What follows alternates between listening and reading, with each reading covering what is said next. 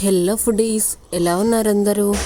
ఇవాళ పెసరపప్పు అలాగే సేమియాతో పాయసం ప్రిపేర్ చేస్తున్నానండి. ముందుగా స్టవ్ మీద గిన్నెలో పెసరపప్పును వేసి ఇలా మంచిగా ఉడికించుకోవాలండి. పెసరపప్పు ఆల్మోస్ట్ ఉడికిపోయినాక నేనైతే ఇలా చిన్న సేమియా తీసుకున్నానండి.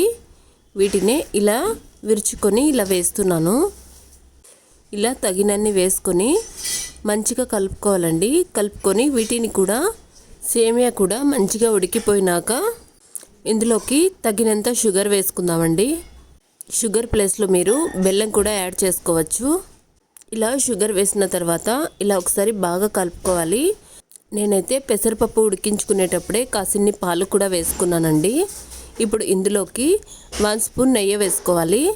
అలాగే కొంచెం ఇలాచీ పౌడర్ కూడా వేసి స్టవ్ ఆఫ్ చేసుకునే ముందు డ్రై ఫ్రూట్స్ వేయించి పెట్టుకున్న డ్రై ఫ్రూట్స్ కూడా వేసి స్టవ్ ఆఫ్ చేసుకోవడమేనండి. టేస్టీగా హెల్తీగా పెసరపప్పు పాయసం అయితే రెడీ అయిపోయినట్టేనండి. రెసిపీ నచ్చితే మాత్రం లైక్ చేసి షేర్ చేయండి.